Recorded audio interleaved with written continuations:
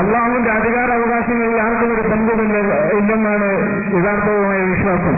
അള്ളാഹു രോഗം മാറ്റാൻ ഇന്ന ഔലിയാക്കൾക്ക് കഴിവ്, പിന്നെ അതുപോലെ മറ്റസുഖങ്ങൾ മാറ്റാനുള്ള കഴിവ്, കുട്ടികളെ കൊടുക്കാനുള്ള കഴിവ്, ഇങ്ങനെ ഓരോ കഴിവ് അള്ളാഹു സുബ്ഹാനഹു വ തആല ഓരോരുത്തർക്കും കൊടുത്തിട്ടുണ്ട് എന്ന് ഉള്ള വിശ്വാസം ശരിയായിട്ടുള്ള വിശ്വാസമല്ല. അതുപോലെ ആറ്റുകാലമ്മച്ചി എന്ന് വിളിച്ച് പ്രാർത്ഥിക്കുന്നതും ഭീമാലിയമ്മച്ച എന്ന് വിളിച്ച് പ്രാർത്ഥിക്കുന്നതും രണ്ടും തുല്യമാണ്. കാരണം എന്ന് പറഞ്ഞു കഴിഞ്ഞാൽ ആറ്റുകാലമ്മച്ചി എന്ന് വിളിച്ച് പ്രാർത്ഥിക്കുന്നവനും അവനും പറയുന്നത് ദൈവം കൊടുത്ത ശക്തി കൊണ്ടാണ് അവൻ പ്രാർത്ഥിക്കുന്നതെന്നാണ്.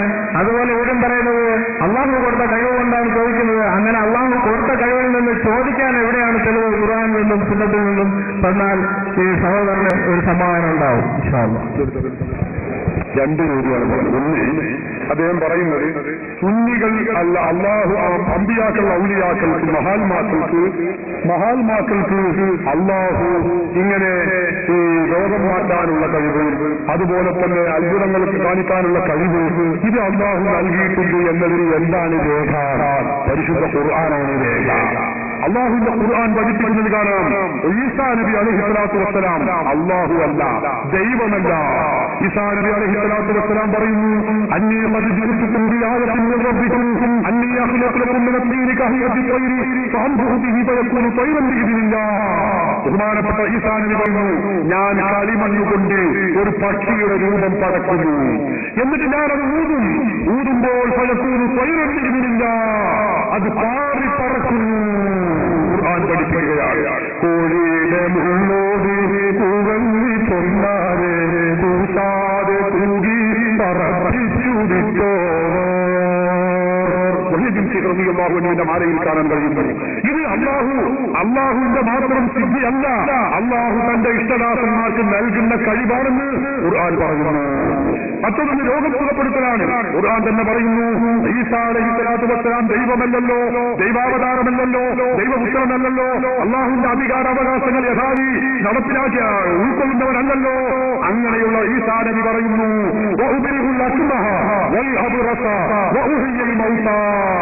മഹാൻ പറയുന്നു, ഞാൻ വെള്ളപ്പാണ്ട്, കുഷ്ഠം പോലെയുള്ള മാറാവ്യാധി രോഗങ്ങൾ ചികിത്സകന്മാർ വൈദ്യശാസ്ത്രം ചികിത്സ കണ്ടുപിടിച്ചിട്ടില്ലാത്ത രോഗങ്ങൾ, ആ രോഗം ഞാൻ സുഖപ്പെടുത്തുന്നു.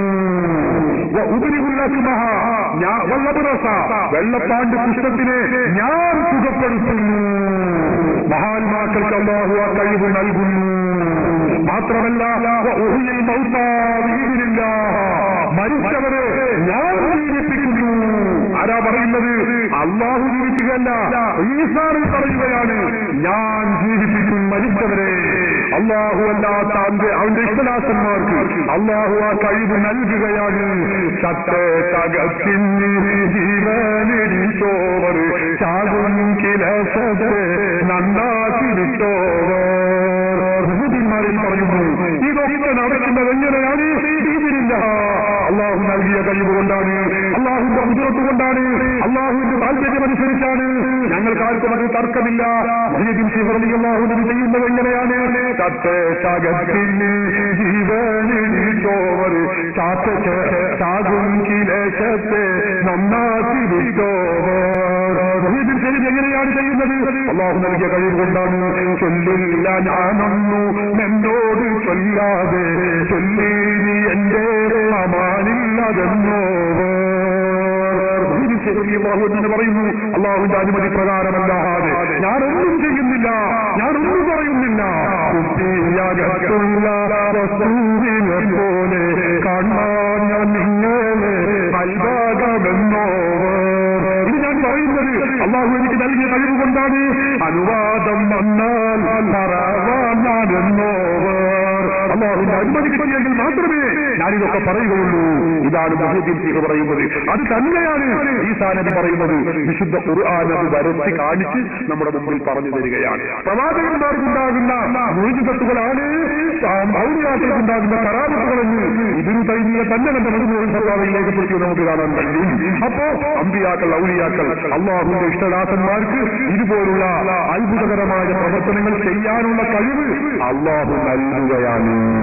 ഈ ഒരു കഴിവ് അള്ളാഹു നൽകുകയാണ് എന്ന വിശ്വാസത്തോടെയാണെങ്കിലാണ് അത് തൗഹീദാണ് അവരോട് ചോദിക്കുന്നത്. അതല്ല അവർക്ക് ദൈവത്വം കൽപ്പിച്ചുകൊണ്ട് ദൈവമാണെന്ന് കരുതിക്കൊണ്ടാണോ എങ്കിൽ അത് ശിർക്കാണ്. ഞാൻ പറയുന്നതല്ല, നിങ്ങളുടെ മുജാഹിദ് പ്രസിദ്ധീകരണം അൽമനാർ തന്നെ വ്യക്തമായി രേഖപ്പെടുത്തിക്കൊണ്ട് കഴിഞ്ഞിട്ടുണ്ട്. ആ ദിവ്യത്വം കൽപ്പിക്കുമ്പോഴാണ് ശിർക്കാകുന്നത്. ദിവ്യത്വം കൽപ്പിച്ചിട്ടില്ലെങ്കിൽ, ദൈവമാണെന്ന് വിശ്വാസമില്ലെങ്കിൽ അത് ഒരിക്കലും ശിർക്കാവുകയില്ല എന്ന് സമസ്തക്കാരായ ഞങ്ങളെ വാദമല്ല, മുജാഹിദിന്റെ വാദമാണ്. ഇതാ ഞാൻ കാണിക്കാം. നിങ്ങളുടെ സൽസതി അൽമനാറിൽ വളരെ വ്യക്തമായിട്ട് തന്നെ നിങ്ങളുടെ സംസ്ഥാന നേതാക്കൾ ഈ കാര്യം വളരെ വ്യക്തമായി രേഖപ്പെടുത്തി വെച്ചതാണ്. ഇബാദത്തിന്റെ നിർവചനം, ആ ഇബാദത്ത് ആരാധനയാകൽ എപ്പോഴാണ് എന്ന് വിശദീകരിച്ചുകൊണ്ട് ഈ എ.പി. അബ്ദുൽ ഖാദർ മൗലവി എന്ന് പറയുന്ന മുജാഹിദുകളുടെ ഇന്നത്തെ ഏറ്റവും വലിയ നേതാവും അവരുടെ പരമോന്നത നേതാവുമായ എ.പി. അബ്ദുൽ ഖാദർ മൗലവി എഴുതിയത് നമുക്ക് കാണാൻ കഴിയുന്നു. എന്താണ്? അല്ലാഹു സുബ്ഹാനഹു മറ്റു ദൈവങ്ങൾക്ക് ആരാധന നിർവഹിക്കുമ്പോൾ അല്ലെങ്കിൽ വിനയം പ്രകടിപ്പിക്കുമ്പോൾ അവരോട് നടത്തുന്ന വിനയപ്രകടനം അത് ആരാധനയാകണമെങ്കിൽ ദിവ്യത്വം കൽപ്പിക്കണം. കേവലമായ വണക്കത്തിന് ആരാധന എന്ന് പറയില്ല. ദിവ്യത്വം കൽപ്പിക്കുമ്പോൾ നിങ്ങൾ അൽമനാർ, ഇത് അൽമനാർ മുജാഹിദിന്റെ മുഖപത്രമാണ്. അതിൽ പറയുന്നത് കാണാം. ഞങ്ങളെ വക പറയുന്നതല്ല, ഞങ്ങൾ ഈ പറയുന്നത് മുജാഹിദുകളെ സമ്മതിച്ചിട്ടുണ്ട്. അപ്പോൾ അങ്ങേയറ്റത്തെ അനുസരണവും താഴ്മയും അടിമത്തവും ഒക്കെ തന്നെയും വിവാദത്തും തൗഹീദിന് വിരുദ്ധവുമായി തീരണമെങ്കിൽ അതിന്റെ പിന്നിൽ ദിവ്യത്വ സങ്കല്പവും അതാ ദൈവമാണെന്ന് പറയണമെന്ന് ഞാൻ പറഞ്ഞു, വിശ്വസിക്കണമെന്ന് പറഞ്ഞു. സദകാരമുള്ള വിശ്വാസവും കൂടി ഉണ്ടായിരിക്കണമെന്ന് വരുന്നു. ഖുർആൻ വ്യാഖ്യാതാക്കൾ മുഴുവനും പല ശൈലികളിൽ ഇതൊരു നിബന്ധനയായി അംഗീകരിച്ചത് കാണാവുന്നതാണ്. ഇതാ ഞങ്ങൾ പറയുന്നത്, വെറുതെ പറയല്ല. ഖുർആനിലും ഹദീസിലും സുന്നത്തിലും കിതാബിലും ഒക്കെ അവസ്ഥ നിൽക്കട്ടെ. മുജാഹിദിന് ഏറ്റവും തീരുന്ന അൽമനാറാണ്. ഖുർആനല്ലത് ഈ അൽമനാറിലായി പറയുന്നത്. അപ്പൊ ദിവ്യത്വ സങ്കല്പം വേണം, ദൈവമാണെന്ന വിശ്വാസം വേണം. അപ്പോഴാണ് അത് ആരാധനയാവുകയുള്ളൂ, ശിർക്കാവുകയുള്ളൂ. ഇതാ ഞങ്ങളും പറയുന്നത്. ഇതല്ലാതെ അല്ലാഹു നൽകിയ കഴിവുകൊണ്ട് സത്യവിശ്വാസിയായ മനുഷ്യൻ ലാ ഇലാഹ ഇല്ലല്ലാഹു മുഹമ്മദ് റസൂലുള്ളാഹ് എന്ന് വിശ്വസിക്കുന്ന സത്യവിശ്വാസി അല്ലാഹു നൽകിയ കഴിവുകൊണ്ട് മുഹീദ്ദീൻ ചെയ്ത് സഹായിക്കണമെന്ന് ചോദിച്ചാൽ യാതൊരു കുഴപ്പവുമില്ല. റസൂൽ വിശ്വസിക്കണമെന്ന് കഴിഞ്ഞ് ചോദിച്ചാൽ യാതൊരു കുഴപ്പവുമില്ല. സഹോദര, നിങ്ങളൊരു കാര്യം മനസ്സിലാക്കണം. നിങ്ങൾ രണ്ടാമത് ചോദിച്ചല്ലോ, ഈ വിളിച്ചു പ്രാർത്ഥന നിങ്ങൾ പറഞ്ഞത് കൊണ്ടും അങ്ങനെയാണ്. വിളിച്ചു പ്രാർത്ഥന എന്നാണ് ഞാനത് തിരിക്കുന്നു. ഈ സഹായാർത്ഥന, സഹായം ചോദിക്കൽ, അപേക്ഷിക്കൽ, യാചിക്കൽ. അല്ലാഹുവിന്റെ റസൂലിനോട് നമ്മൾ തർക്കമുള്ള സമസ്തയും മുജാഹിദുമല്ല ചോദിക്കുന്നത്. പൂർവീകരായ സലഫ് സാലിഹുകൾ മുഴുവനും ചോദിച്ചത് കാണാം. മുജാഹിദുകൾ കൂടി അംഗീകരിക്കുന്ന പണ്ഡിതനാണ് ഹാഫിദു ദുനിയ എന്ന അവരനാമത്തിൽ അറിയപ്പെടുന്ന ഹാഫിദ് ഹജറുൽ അസ്ഖലാനി റഹിമഹുല്ലാഹ്. മഹാനവറുകളുടെ സ്വന്തം ഗ്രന്ഥമാണിത്. അവർ അല്ലാഹുവിന്റെ റസൂലിനെ വിളിച്ച് സഹായം ചോദിക്കുന്നത് കേൾക്കുന്നു. അവർക്കൊന്നും ഖുർആൻ വരുന്നില്ലെന്നോ, അവർക്കൊന്നും ഹദീസ് വരുന്നില്ലെന്നോ. സഹീഹുൽ ബുഖാരിയുടെ വിസ്തൃതമായ വ്യാഖ്യാന ഗ്രന്ഥം ഫത്ഹുൽ ബാരി എന്ന് പറയുന്ന ഏറ്റവും പ്രാമാണിക ഗ്രന്ഥം അത് രചിച്ചയാളാണ് ഹാഫിദു ദുനിയ. 3 ലക്ഷത്തോളം വരുന്ന ഹദീസ് പാണ്ഡിത്യമുള്ള മഹാനാണ്. അല്ലാഹുവിന്റെ റസൂലിനെ വിളിച്ചു പറയുന്നത് നോക്കുന്നില്ല. യാ സയ്യിദർ റസൂലില്ലദീ സാഖൽ വറാ ബഅസൻ സമാകുല്ലൽ വുജൂദി വജൂദാ. ലോകത്തിന്റെ നേതാക്കളിൽ നേതാവായ നബിയേ, നേതാക്കളിൽ നേതാവായ നബിയേ, മുസ്ലിങ്ങൾക്ക് നേതാവായ നബിയേ.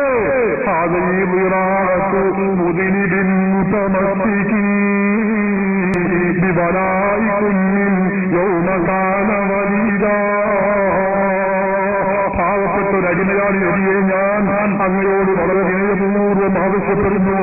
എന്താണ് ഞാൻ ആവശ്യപ്പെടുന്നത്?